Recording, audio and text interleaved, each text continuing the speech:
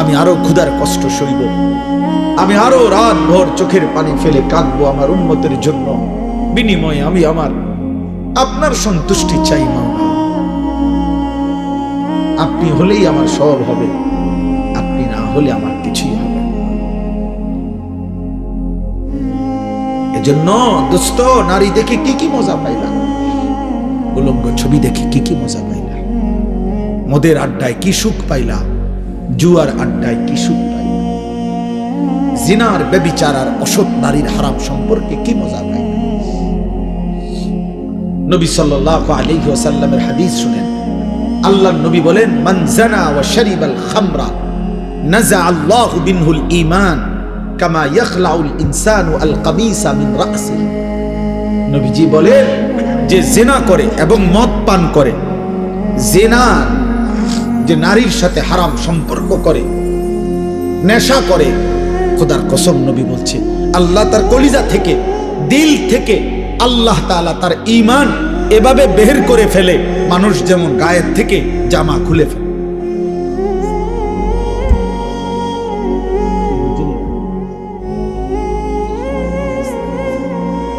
বিশুদ্ধ হাদিস। আমি ব্যক্তিগতভাবে ফালতু কথা বলি না। আল্লাহর নবী বলছেন আল্লাহ তার ঈমান এভাবে খুলে ফেলে। এই নেশা করে,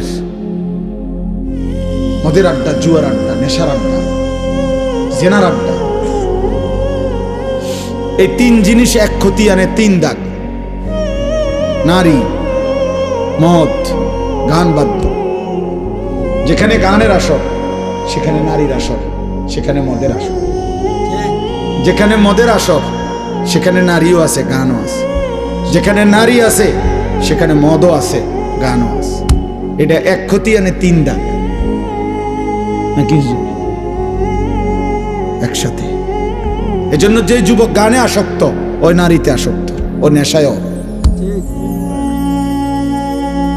এই হারামখোর চরিত্র। আপনি বাবা জানেন না, আপনি বাবা জানেন না। ওরে জিজ্ঞাসা করে, তুই আল্লাহকে সাক্ষী রেখা, তুই যদি আমার হালাল ফুত হয়ে থাকস, তো তুই রাত 12টার পরে সকাল পর্যন্ত মোবাইলে কি দেখস? আপনি জিগান, আপনি আপনার ফুতেরে জিগান, তুই যদি আমার হালাল সন্তান হয়ে থাকস, তো তুই কম। আমরা বুঝি না। আপনাদের ছেলেদের চেহারা আপনারা দেখেন, এগুলো আপনাদের সন্তান, আপনাদের ভাতিজা, আপনাদের ভাগিনা, আপনাদের নাতি। যে কয়জন বয়স্ক বাবা আছেন আপনারা বলেন, টিস্যু নাই? জি বলেন, আপনারা বলেন। ওরা বলেন না, ওর চুল এমন কেন? ও মুসলমানের বাচ্চা না? তোর একটাবার জিজ্ঞাসা করেন যে আব্বা, তোর দাদার চুল, বাবার চুল, তোর গ্রামের হুজুরের চুল, তোর মসজিদের ইমাম সাহেবের চুল, তোর নবীর চুল, তোর নবীর সাহাবাদের চুল, তোর জামানার আউলিয়া, পিছনের জামানার আউলিয়া, পৃথিবীর কোন ইমানদার মুমিনের চুল, কারোর সাথে তোর চুলের মিল নাই। তুই কোন ধরনের মুসলমান? ওরে জিজ্ঞাসা করেন। আপনি কি একবারও জিজ্ঞাইতেন না? আপনার কি বিবেকে নাই এটা? আমার বড় ভাই এই চান্দিনা আল আমিন কামিল মাদ্রাসার যিনি প্রিন্সিপাল, আলহাজ হযরত মাওলানা মাহবুবুর রহমান আশরাফি, তো আমার আপন বড় ভাই। বড় ভাই আমার ছাত্র জীবনে আমার মনে আছে একবার 3 বার চুল কাটাইছে আমার, মানে শুধু সামনে পিছনের চুল 19-20 হয়েছে, সামান্য একটু। আবার আইছি ভাই, চুল কাটাইছি তো, আবার এমনি এমনি হাত দিয়ে দিয়ে চাইয়ে কইছে না এখন একটু একটু লাগে, সমান হয়েছে না, আবার যা। 3 বারের পরে ভাই বলছে হ এখন হয়েছে, এখন যা বসে বস।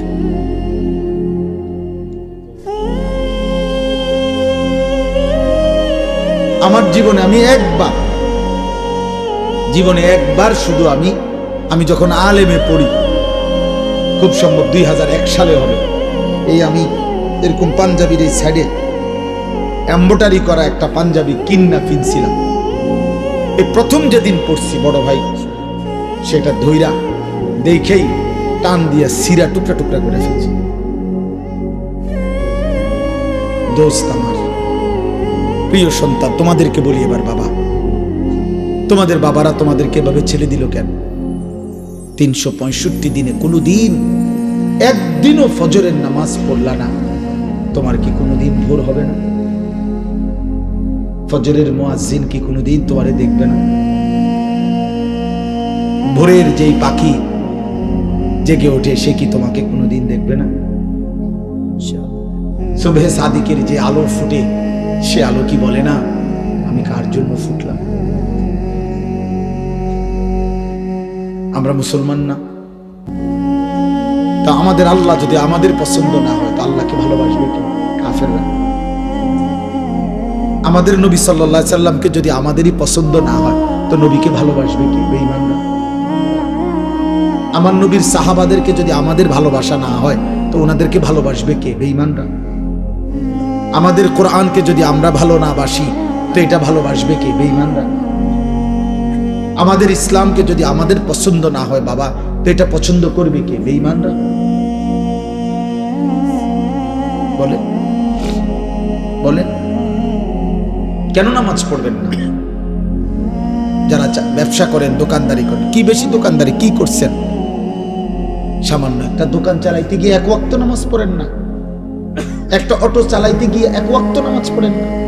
আরে গাদ্দার, মাত্র একটা অটো চালাই আল্লাহর সাথে এত বড় গাদ্দারি, তুমি বিমান চালাইলে কি করতাম? তো শক্ত গাদ্দার, বুঝেন না? এমনি কথা, সামান্য একটা অটো চালায় এই গাদ্দারে এক ওয়াক্ত নামাজ পড়ে না, এই গাদ্দার বিমান চালাইলে কি করতাম? একটা সিএনজি চালায় সামান্য, দিন শেষে টাকা 500, মাত্র 500 টাকা মানে 1000 টাকা, মাস শেষে নাহলে 25,000 টাকা কামাই করছে, মাত্র 25,000 টাকার নাফরমান এত অহংকারী, এত বড় আসমানওয়ালাকে বৃদ্ধাঙ্গুলি দেখায়।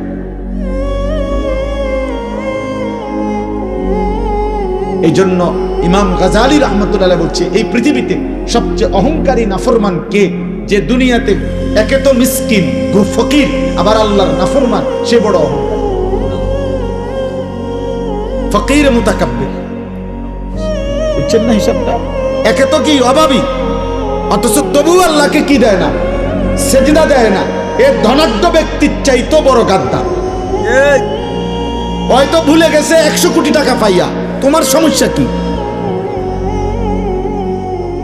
হয়তো 1000 কোটি টাকা পাইয়া আল্লাহকে ভুলে গেছে, ও তো 10টা বাড়ির মালিক হয়ে আল্লাহকে ভুলে গেছে, ও তো 10টা মেল ফ্যাক্টরির মালিক হয়ে আল্লাহকে ভুলে গেছে।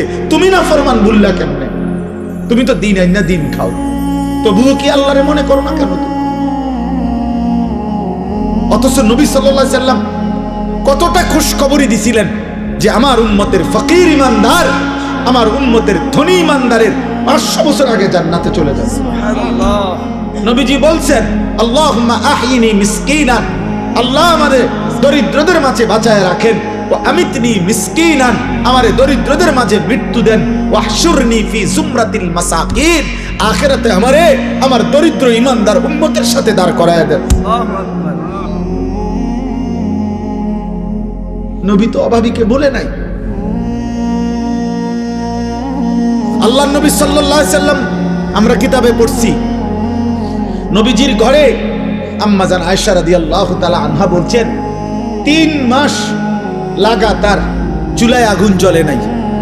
কয় মাস? কোন বিবির ঘরে 9 জন স্ত্রী একসাথে ছিলেন। রাআইনা হিলালান সুম্মা হিলালান সুম্মা হিলালান মা আওকাদাত ফি আবিয়াতি রাসূলিল্লাহ নারু, নবীর কোন বিবির ঘরে 3 চাঁদে 3 মাসে চুলায় আগুন জ্বলে নাই। 3 মাস পর্যন্ত কোনোদিন রান্না করা খাবার নবী এবং নবীর বিবিরা খান নাই, শুধু খেজুর পানি খাইছেন। 14 দিনও পেটে পাথর বাঁধছেন, ক্ষুধার কষ্ট সয়েছেন। কেন? এটার একটা হিকমত কিতাবে লিখছে। এটার একটা কারণ এটা, আল্লাহ চাইলে বন্ধুকে 3 বেলা পূর্ণ খাবার খাওয়াই। এই ছেলে, হাইসো না মাঝখানে, উঠে যাও আব্বা। এই খামখেয়ালি বেটা, ওঠ বেটা এখান থেকে, কোন অপদার্থ বইসো না, সাবধান। নিষেধ করলাম আমি, কিন্তু আমি সবার সমর্থন চাই না, আমি আখিরাত চাই। আমি এখানে ভোটের জন্য আসি নাই যে সকলের সমর্থন দরকার লাগবে না আমার। আখেরাত দরকার, আখেরাত সওয়াব দরকার, নেকি দরকার, আমারও আপনারও।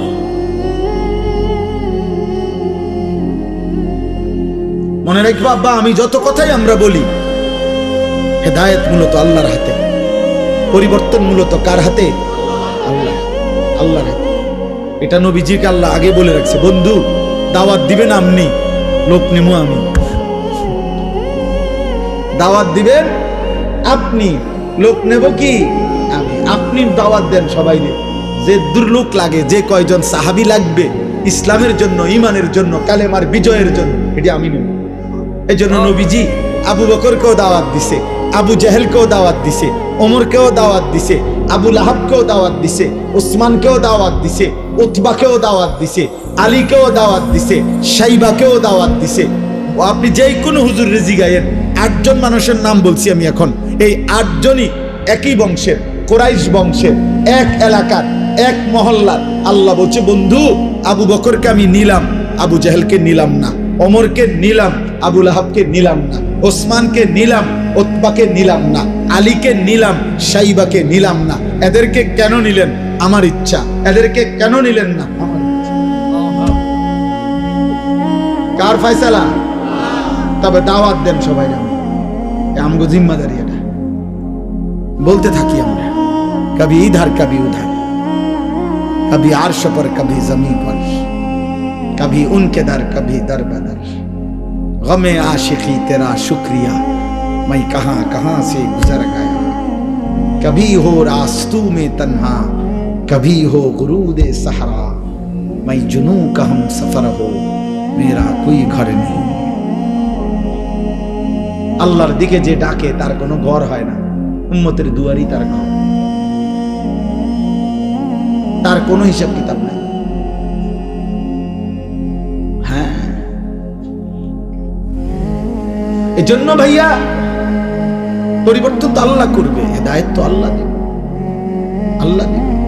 ফাইন্নাল্লাহা ইউদিল্লু মান ইয়াশা ওয়া ইয়াহদি মান ইয়াশা ওয়া লা তাযহাব নাফসাকা আলাইহিম হাসারাত। নবীজিকে আল্লাহ বলছে, বন্ধু শুনেন, সাফ সাফ কথা, পথভ্রষ্ট যারা হবে আমার ইচ্ছায়, হেদায়েত যারা পাবে আমার ইচ্ছায়। আপনি নির্দিষ্ট একজন কারো জন্য আফসোস করতে করতে জীবন শেষ করে দিবেন না, আপনি মেহনত করতে থাকবেন। আপনি কি করতে থাকবেন? এই জন্য আবু তালেবকে নবী এত চেষ্টা করছেন, ফালাম ইয়াজাল রাসূলুল্লাহ ইয়ারিজুহা আলাইহি ওয়া ইউঈদুহু তিলকাল মাকালা। নবীজির ইন্তেকালে, বুখারীর রওয়ায়াত, নবীজির ইন্তেকালের সময় নবীজি তার চাচা আবু তালেবকে বলতেছিলেন, কুল লা ইলাহা ইল্লাল্লাহ কালিমাতান আশহাদু লাকা বিহা ইনদাল্লাহ। চাচা একবার বলেন লা ইলাহা ইল্লাল্লাহ, আমি ভাতিজা মুহাম্মদ আমার আল্লাহর সামনে আখিরাতে আপনার জন্য সাক্ষী দেব। নবীর এই পাশে, আরে আবু তালেবের এই পাশে তখন উমাইয়া ইবনে খালফ আর আবু জাহেল, এই 2 বেঈমান বসা ছিল। এরা সমবয়সী। এই আবু তালেবের উমাইয়া বলতেছিল, আতারগাবু আম মিল্লাতে আব্দুল মুত্তালিব। এই আবু তালেব দোস্ত, তুই বুঝি তোর বাবা আব্দুল মুত্তালিবের ধর্ম ছেড়ে দিবি? তুই বুঝি মূর্তি পূজা ছেড়ে দিবি এই মৃত্যুর মুহূর্তে? তো হাদিসে লিখছে, আল্লাহর নবী বলেন লা ইলাহা ইল্লাল্লাহ বলেন না চাচা। উমাইয়া বলতেছে, আব্দুল মুত্তালিবের দিন কেমনে ছেড়ে দিবি? এই ঠেলাঠেলির মধ্যে হাত্তা মাতা ওয়ালাম ইয়াকুল লা ইলাহা ইল্লাল্লাহ। আবু তালেবের মৃত্যু হয়ে গেল, কিন্তু সে লা ইলাহা ইল্লাল্লাহ বলে না।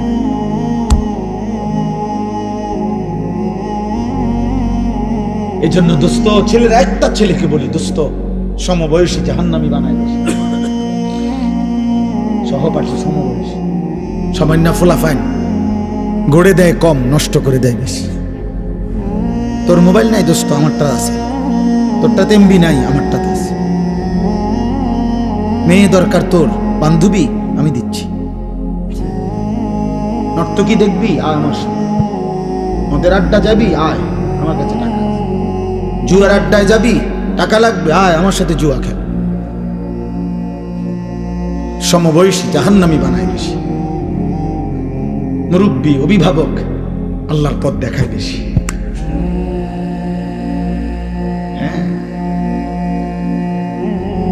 নবী সাল্লাল্লাহু আলাইহি ওয়াসাল্লাম এই হাদিসের রিওয়ায়াতের মধ্যে আছে, নবীজি তখন বললেন, ইয়া আম আস্তাগফিরান্না লাকা মা লাম উনহা আনকা।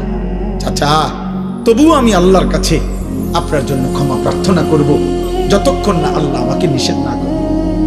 এবার নবী হাত তুলছেন, আল্লাহ আমার চাচা তো কালেমা ছাড়া মরে গেল, কিন্তু আমি চাচারে যে বলতে পারছি না, আপনি তারে মাফ করে দেন না। তখন আল্লাহ কোরআনের সূরা তাওবার আয়াত নাজিল করে আল্লাহ নিষেধ করছে, মা কানা লিন নাবিয়্যি ওয়াল্লাযীনা আমানু আন ইস্তাগফিরু লিল মুশরিকিন ওয়ালাউ কানু উলি কুরবা মিন বাদি মা তাবায়্যানা লাহুম আন্নাহুম মিন আসহাবিল জাহিম। কোন নবী এবং ঈমানদারের জন্য আমি আল্লাহর পক্ষ থেকে অনুমতি নাই কোন মুশরিক বেঈমান চাই সর্বোচ্চ নিকটতম আত্মীয় হোক, তার জন্য আমার কাছে ক্ষমা প্রার্থনা করার অনুমতি নাই। আপনি নামান না। আর আপনি বুঝছেন না, কথা এটা বুঝছেন না। উনি কার হাত নামাইতে কইতে আপনি বুঝছেন? ইনি কে জানেন? আর উনি আল্লাহর কি জানেন? আপনি উনার চাইতে আল্লাহর কলজার টুকরা আর কেডা? উনারে বলছে হাত নামান। কাকে ফিরাই দিছে আল্লাহ? বন্ধুকে, মাহবুবকে, হাবিব। নামান হাত। এরপরে আর কে? এরপরে কি হইতে পারে? খামখেয়ালি ভাবছেন বিষয়টা? খুদ রাসূলের হাত নামাই দিছে। আরে নামান বন্ধু, হাত নামান। এমন বেঈমানের জন্য হোক চাচা হোক বাবা, হাত নামান।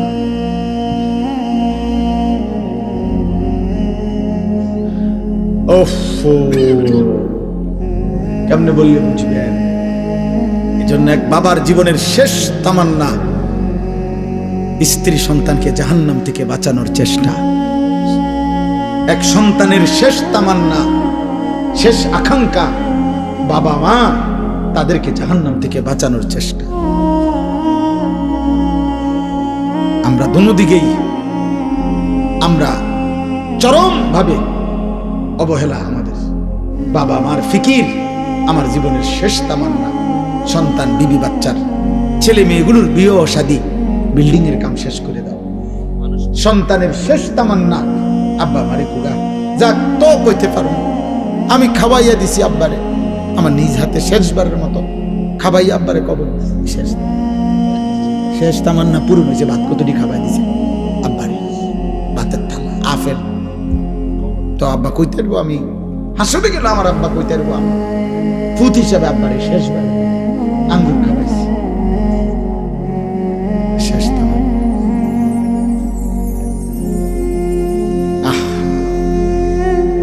এই খাওয়াই নাও নাই। আচ্ছা ধরে নিলাম একজন ইমানদার বাবার বুঝি শেষ তামান্না ছেলে মেয়ের বাড়ি ঘর। একজন ছেলের বুঝি শেষ তামান্না বাবা মায়ের আফেল মালটা বুঝি জাহান্নাম থেকে বাঁচানোর চেষ্টা। কোরআনুল কারীমে আছে ইব্রাহিম আলাইহিস সালাম ওনার আব্বা আজরকে বলছে জাহান্নাম থেকে বাঁচানোর জন্য। যখন ওনার আব্বাকে উনি ডাক দিছে তখন চারটা বাক্য বলছে, 4 বাক্যে 4 বার বলছে ইয়া আবাতি, ইয়া আবাতি, হে আমার প্রিয় আব্বা, হে আমার প্রিয় আব্বা, হে আমার প্রিয় আব্বা, হে আমার প্রিয় আব্বা। ইয়া আবাতি লিমা তা'বুদু মা লা ইয়াসমাউ ওয়া লা ইউবসিরু ওয়া লা ইউগনি আনকা শাইআ। ইয়া আবাতি ইন্নী ক্বাদ জাআনি মিনাল ইলমি মা লাম ইয়াতিকা আহদিকা সিরাতান সাবিয়্যা। ইয়া আবাতি লা তা'বুদিশ শাইতান ইন্নাশ শাইতানা কানা লিররহমানি আসিয়্যা। ইয়া আবাতি ইন্নী আখাফু আন ইয়ামাসসাকা আযাবুম মিনার রহমান ফাতাকুনা লিশ-শাইতানি ওয়ালিয়্যা। আব্বা আপনি এই মূর্তির পূজা কইরেন না আব্বা, ওই কথা বলতে পারে না, ওই কানের শুনে না, ও কোনো উপকার করতে পারে না। হে আমার আব্বা, আমি আসমানওয়ালা আল্লাহ থেকে এমন ওয়াহির ইলম পেয়েছি যেটা আপনি পান নাই। আপনি আমার কথা মেনে নেন আব্বা, আমি আপনাকে সরল সঠিক জান্নাতের রাস্তা বলে দেব আব্বা। হে আমার আব্বা, আমি আপনাকে অনুরোধ করছি আপনি শয়তানের গোলামি কইরেন না রে আব্বা, শয়তান আল্লাহর দুশমন রে বাবা। হে আমার আব্বা, আমি ভয় করছি ঈমান ছাড়া যদি কবরে যান আল্লাহর আযাব আপনাকে খুব বেশি পাকড়াও করবে, আপনি তখন জাহান্নামে শয়তানের সঙ্গী হয়ে থাকবেন। সব কোরআন আয়াত কিনা? ইয়া আবাতি লা তা'বুদিশ শাইতান